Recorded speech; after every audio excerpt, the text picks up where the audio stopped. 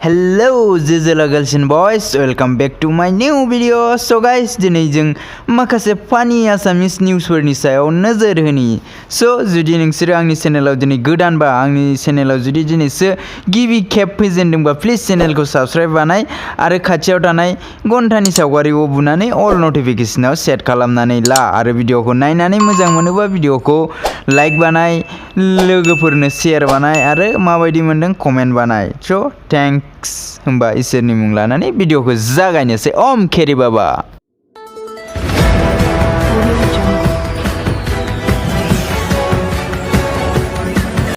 He is the Narendra Modi, he is a politician. हा साले बचड़ी के नरेंद्र मोदी तो बबेनि पलिटिशियन बे तो पलिटिक्स आरो ओमफ्राय बे अक्षय कुमारा बबेनि एक्टर बेलाय बे तो फिल्मसो शूट ये साला No COVID-19 of India. He is the non-politician. I am the politician 2020 outfield election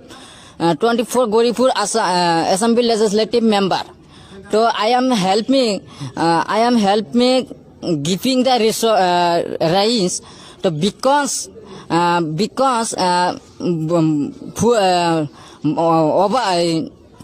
अरे क्या लौड़ा फंस गया मुंह में full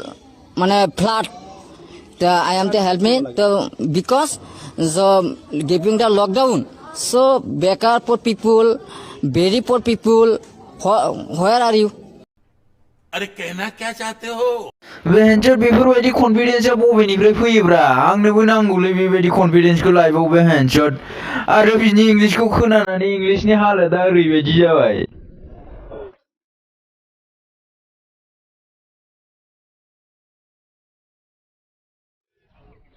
मैं राजनाथ सिंह से गुजारिश करता हूँ, मैं समित पात्रा से गुजारिश करता বেকার হট উল্টো কি কব আপনি এটা কি চলি আছে আসলে তো তেখেতে এটো রাজনীতি কৰি আছে আমি এখানে রাজনীতিটো বন্ধ কৰিব লাগে কোনে রাজনীতি এটো সরকার রাজনীতি কৰি আছে এটা কথা মই হেমন্ত বিশ্ব শৰ্মাক কৈছো স্বাস্থ্য মন্ত্ৰী তেখেতে কৈছো যে তেখেতে কেনেকৈ এটা বেমাৰৰ যদি ট্ৰিটমেন্ট নহয় তেখেতৰ চিকিৎসা যদি নহয় তে ৰোগীটো কেনেকৈ তেটো মানে চিকিৎসা কৰিবলৈ আছে তেখেতে মৰি আছে তেখেতে হাজাৰৰ ভিতৰত এটা বা দুটা মৰিছে হেতু কিবা মৰিছে কিবা হাৰ্টৰ বেমাৰ আছিল কিবা কিবি বেমাৰত হেকিনে মৰিছে কিন্তু এটো কৰোনা ভাইৰাস লৈ এটো एक्चुअली राजनीति কৰি আছে আৰু बेफोरबायदि मानसिफोरनि थाखाय ना बे हादराव कर'ना भाइरासनि सेकेन्ड वेव थार्ड वेवआ फैदों साला सिरियासखौनो लाया साला जेरावबो पलिटिक्सल' नुयो साला आरो बेबायदि इसिबां मोजां आसामिस रायलायनो रोङोमोन बा इंलिश का गान क्यों मार रहा था बे बचड़े वाले কেনেকৈ চৰকাৰে উভতাই দিব বুলি আপোনালোকে ভাবিছে আপোনাৰ পৰা আৰম্ভ কৰক। নমস্কাৰ প্ৰথমতে মই আসাম টক্সৰ সকলো কৰ্মকৰ্তালোকে মই আপোনালোকক মই শ্ৰদ্ধাঞ্জলি জ্ঞাপন কৰিছো যে আপোনালোকে আমাক এই শ্ৰদ্ধাঞ্জলি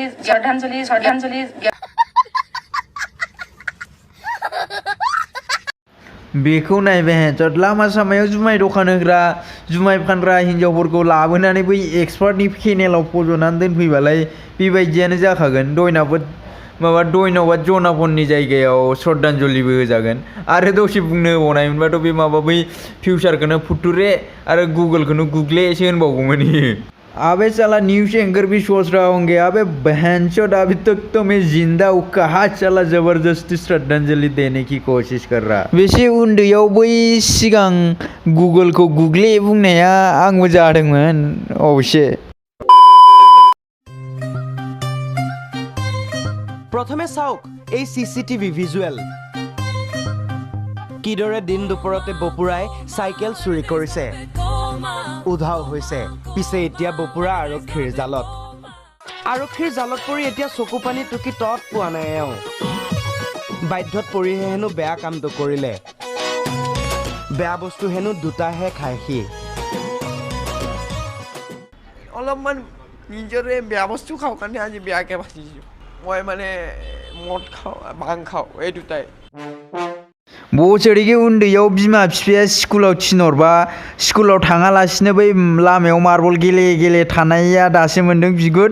स्कुलाव थांनाय मोनबालाय मिथिगौमोन सीसी केमेरा होननायबो माबा बुस्थु थायोमोन होननानै होमबाना सानथिं बाथिं सिखाव खावनाय नङामोन सिखाव खावबाबो मोखां खाथेनानै खावगौमोन मद আৰু भां মদ আৰু ভাঙি লগালে কেনা আৰক্ষীৰ জালত চাইকেল চুৰ সঞ্জীৱ ৰাভা এবাৰো জেলত যোৱা নাই থানাতে আহি পোৱা নাই মই আজি এবাৰ 2বাৰ হ'ল এতিয়ালৈ একদম বেয়া লাগিছে কিয় কওকচোন হয় মোৰ অলপ ভুল আছে কিন্তু रिपर्टारफ्राबो बिराद स्मार्टार बे हिन्जाव सिखाव खावनानै थानायाव हमनानै लाबोजाबा गोसोआ माबायदि मोनो मिथिखाया नामा बिगुर केन'का लागिसे होननानै सोंलायबावदों অলপমান নিজৰে বেয়া বস্তু খাওঁ কাৰণে আজি বেয়াকৈ বাচিছোঁ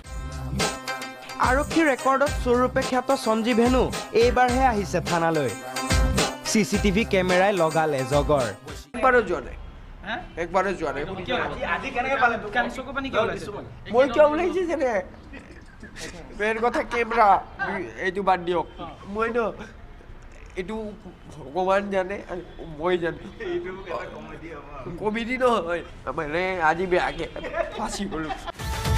नाथाय जेखियानो बुङा मानो बे फंबाय सिखावा बिराद सैथोथार बिराद अनेस्ट बियो गावनि गोरोन्थिखौ एक्सेप्ट बानायबावदों गावनि गान्जा सोबनाय गावनि माबा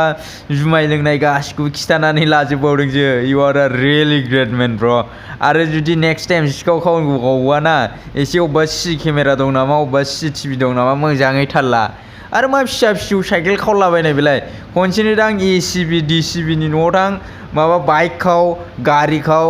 थाखा फैसा खावनानै लानानै खार बबावबा बिनि उनाव देसि लोंनो ना ब्रेन्डेड लोंनो लोंहैबाय था नों बिगुर এতিয়া প্ৰাৰ্থীৰ লগত কথা পাতিম বাইদেউ নিজৰ বিষয়ে কিবা কওক মই এটা এনেকা স্টুডেন্ট আৰু মই ডিএস জুনিয়ৰ কলেজ মানকোটৰত as a vice principal job কৰি আছো বঢ়িয়া কথা ভাৰতৰ ৰাষ্ট্ৰপতিৰ নামটো কৈ দিয়ক PM মোদি भाई मारो मुझे मारो मारो मुझे मारो मारो बेनोनो भाइस प्रिन्सिपाल बिगुर बेजों फोरोंजानाय साबेसे स्टुडेन्ट दं बिसोरो गासिबो दानो खारबोजोबदो नङाबा नोंसिनि फिउचारा एकदम डेन्जाराव दङ फिउचारखौ जुदि ब्राइट बानायनोबा बिनि फोरोंनाया मा फोरोंदोंमोन बेफोरखौ बावजोब नङाबा नोंसोरथ' फिउचाराव गैला PM মোদী হয় ৰাষ্ট্ৰপতি কোন সোনাল বেলেগেহে ক'লে অসমৰ ৰাজ্যপাল কোন